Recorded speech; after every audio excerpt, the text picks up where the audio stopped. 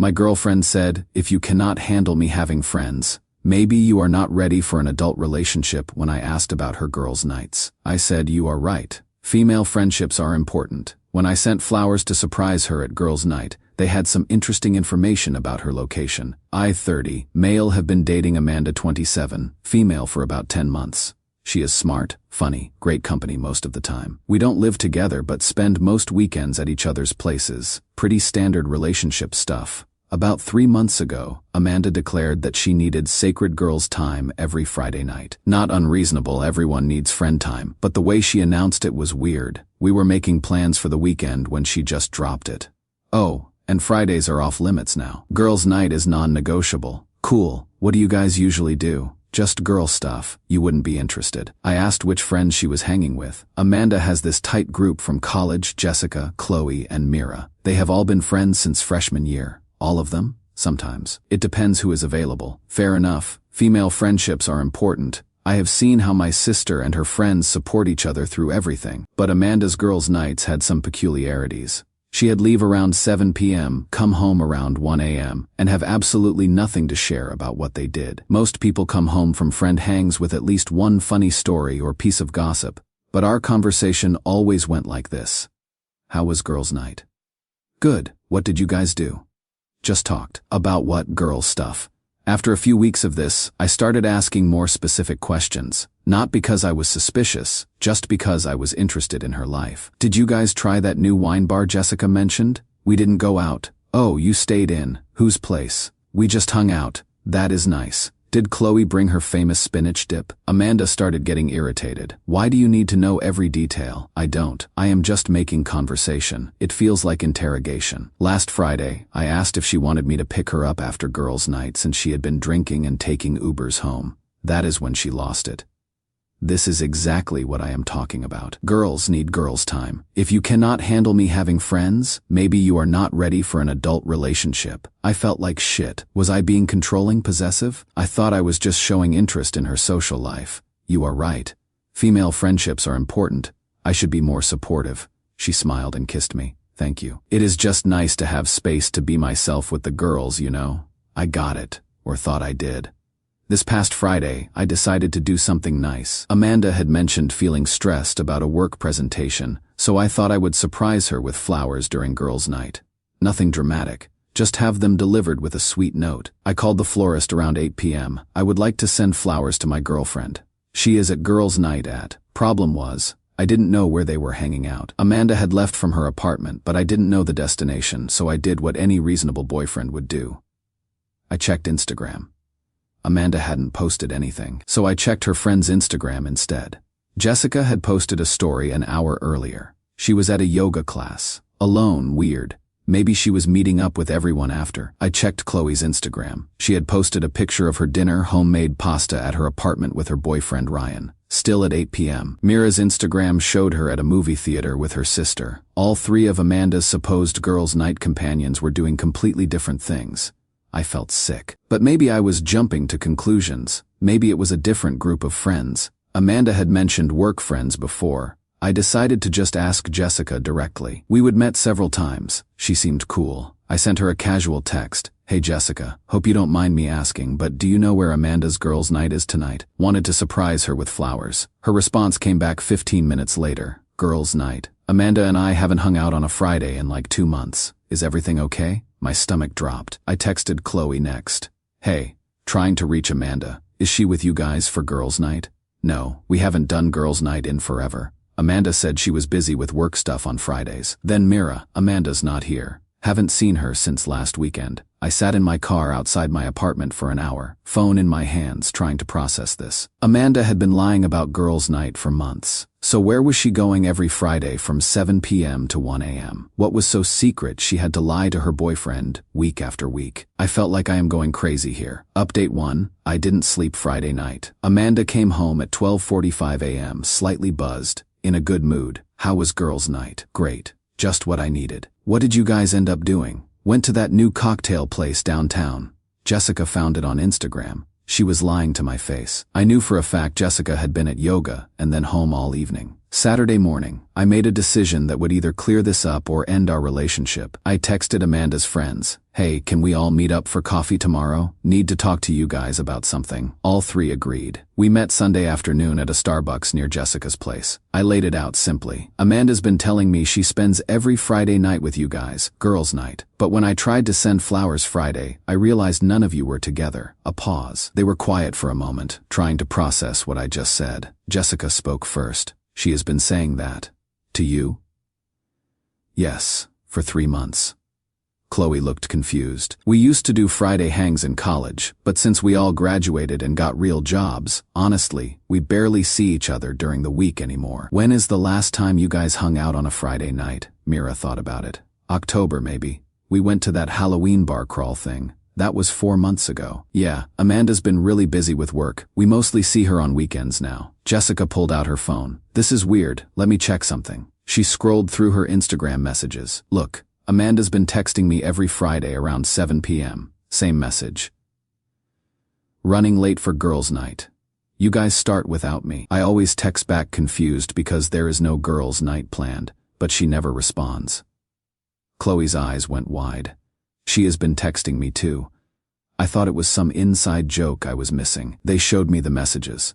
Amanda had been creating a digital paper trail, making it look like she was coordinating with her friends while actually just confusing them. "So, where is she going?" Mira asked. "That is what I am trying to figure out." Jessica leaned forward. "This is going to sound crazy, but my cousin works downtown at the Marriott Hotel bar. She mentioned seeing someone who looked exactly like Amanda there a few weeks ago. Said she was with different guys on different nights." My heart sank. Different guys. Yeah, like dates. My cousin thought it was weird because the woman looked familiar, but she was obviously on first dates. You know, that awkward getting to know you conversation. Qley grabbed my arm. "Oh my God, do you think she is cheating?" "Yeah, that is exactly what I think." Mira was quiet for a minute. "Then, there is something else. Amanda's been asking weird questions about you lately, like how serious we think you are, whether you would mention marriage, stuff like that." "What kind of stuff?" "Last time we all hung out, she asked if we thought you looked like the settling down type. When Jessica said you seemed really into her, Amanda made this face and said something about keeping her options open. I felt like someone had punched me in the stomach." She said that. Not those exact words, but yeah, the vibe was that she wasn't sure you were the one and wanted to see what else was out there. Jessica looked angry. "And she has been using us as her alibi, making us unknowing accomplices to whatever she is doing. I am sorry for involving you guys in this," I said. "Don't apologize," Qley said. "She involved us by lying about us." We sat there for a few minutes processing everything. Then Jessica asked the question I had been dreading. "What are you going to do?" "I don't know yet." I shook my head, but I need proof before I confront her. "What kind of proof?" I thought about it. "I think I am going to follow her next Friday." Update 2. Following your girlfriend feels gross. Just want to put that out there. But I needed to know what was really going on. Friday rolled around. Amanda left her apartment at 7 p.m. as usual. I waited 5 minutes, then followed her. She drove downtown, parked in the garage next to the Marriott.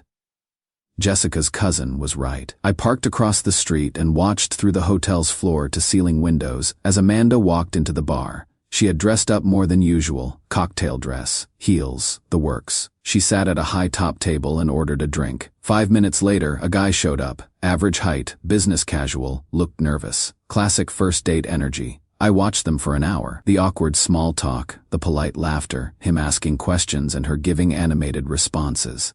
She was performing the same first date personality I remembered from when we started dating. Around 9 p.m. they left together, got in his car and drove away. I sat in my car until 12:30 a.m. when Amanda returned alone. Got in her car and drove back to her apartment. Saturday morning, she was in a great mood again. "How was girls' night?" "So fun. We tried this new sushi place." Another lie. I had watched her eat bar nuts and drink cocktails for an hour before leaving with a stranger. That afternoon, I made a decision that felt both necessary and terrible. I created a fake dating profile, just to see if she was on apps. I used pictures that wouldn't show up in reverse image searches, wrote a generic bio, set my location to downtown, started swiping. Found her in less than 20 minutes. Amanda's profile said she was 26. She is 27, worked in marketing, she is in accounting, and was new to the city looking to meet new peoples. She has lived here for 4 years. Her pictures were a mix of photos I had never seen and ones I recognized from our relationship, including one I had taken of her at my sister's birthday party 2 months ago. She was on Tinder, Bumble, and Hinge. All the profiles claimed she was single. I screenshot everything and forwarded it to Jessica, Qley, and Mira in a group text. My message: found out where she has been spending Friday nights. The group chat exploded. Jessica, are you kidding me? Qley, she has been using us as alibis to cheat on you. Mira, that picture is from your sister's birthday. I was there, Jessica. I am actually furious. She made us all look like liars. They were pissed, but I was devastated. Almost a year together, and she had been actively dating other people for months, while lying to me and using her best friends as cover. Qley texted separately. What are you going to do? Confront her, but I want to do it right. What do you mean? She has made this about more than just us. She involved you guys. She is lying to these other men. This isn't just cheating, it is a whole operation. Sunday night, I made a plan. Final update, I waited until this past Friday. Amanda left for her usual girls' night at 7 p.m. At 7:30, I sent a message to the group chat with her 3 best friends. She just left for girls' night. You guys want to see what that actually looks like?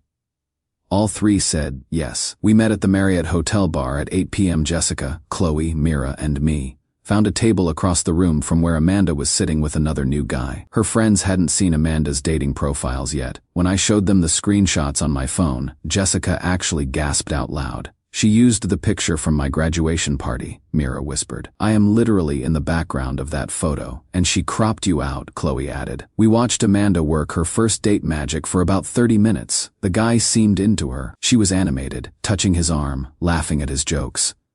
At 8:45, Jessica made a decision. She walked over to their table. Amanda, what a surprise seeing you here. Amanda's face went through about 6 different expressions in 2 seconds. Shock, panic, confusion, then forced happiness. Oh, hey Jess, what are you doing here? Having drinks with friends. I thought you were at girls' night. This is girls' night. Jessica looked around theatrically. Just you and... She looked at Amanda's date. Hi, I am Jessica, Amanda's friend. The guy introduced himself as David. He looked confused but friendly. So David, how do you know Amanda? We met on Bumble, he said casually. This is actually our first date. Jessica turned back to Amanda. Your first date? But I thought you said you were in a serious relationship. Amanda was scrambling. We are. That is when I walked over. Hey babe, mind if I join girls' night? David looked between me and Amanda. Babe, this is my boyfriend Derek, Jessica said helpfully. They have been together almost a year. David stood up. What the fuck is going on here? Amanda tried damage control. Derek, it is not what it looks like. What does it look like? I asked calmly. I can explain everything. David was putting pieces together. You told me you were single. I am single. I held up my phone with her dating profiles. These say you are single, but we have been dating for 10 months. David looked at the screenshots, then at Amanda. Are you serious right now? You are on a date while you have a boyfriend? It is complicated. No, I said. It is really not complicated. You have been lying to me about girls' night for months so you can date other people. You have been lying to these guys about being single. And you have been lying to your friends about what you are doing, making them unknowing accomplices. By this point, Qley and Mira had joined our little circle. Other people in the bar were starting to stare. Qley addressed Amanda directly. You have been texting us every Friday pretending to coordinate girls' night, knowing there was no girls' night planned. Why would you do that? Because I knew you would judge me. For cheating on Derek? Yeah, we would judge you for that. David was grabbing his jacket. This is insane. You people are all insane. He left $40 on the table and walked out. Amanda started crying. You guys don't understand. I wasn't sure about Derek. I was just exploring my options. For months, Mira asked. While lying to everyone, I didn't want to hurt anyone. But you did hurt people, Jessica said. You hurt Derek. You lied to all these guys you have been meeting, and you made us look like liars to our own friend. I looked at Amanda. How many guys have there been? It doesn't matter. It matters to me. She was quiet for a long moment. Maybe 10. Over the past few months, 10 first dates or 10 guys you have slept with. Derek, please, answer the question. Both. I felt numb. We are done. Derek, please. Can we go home and talk about this? There is nothing to talk about. You made your choice months ago. I left her there with her friends.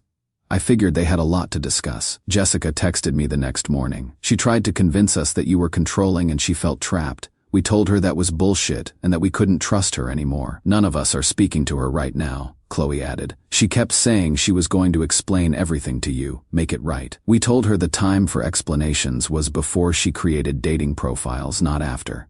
Amanda texted me 47 times over the weekend, called 23 times. I didn't respond to any of it. Monday she showed up at my apartment. I let her say her piece through the door. I was scared we were moving too fast. I wanted to make sure you were the right person before I committed completely. By dating other people behind my back for months, I never slept with any of them on the first date. That is not the point. Amanda, I choose you, Derek. I want to be with you. You had 10 months to choose me. Instead, you chose to lie to me, use your friends as alibis, and date other people. I can change. You already did change. Into someone I don't recognize. She finally left. Last I heard from Jessica, Amanda's been trying to repair the friendship group, claiming she was going through a rough patch and made some mistakes. None of them are buying it. Apparently she had been asking invasive questions about all their relationships too, trying to figure out who might be single or having problems. They realized she had been gathering intel, probably for future alibi situations. Currently single and honestly relieved. Turns out girls' night was never the problem. The lying was the problem. The cheating was the problem. Using people who cared about her was the problem. The bar was just the location.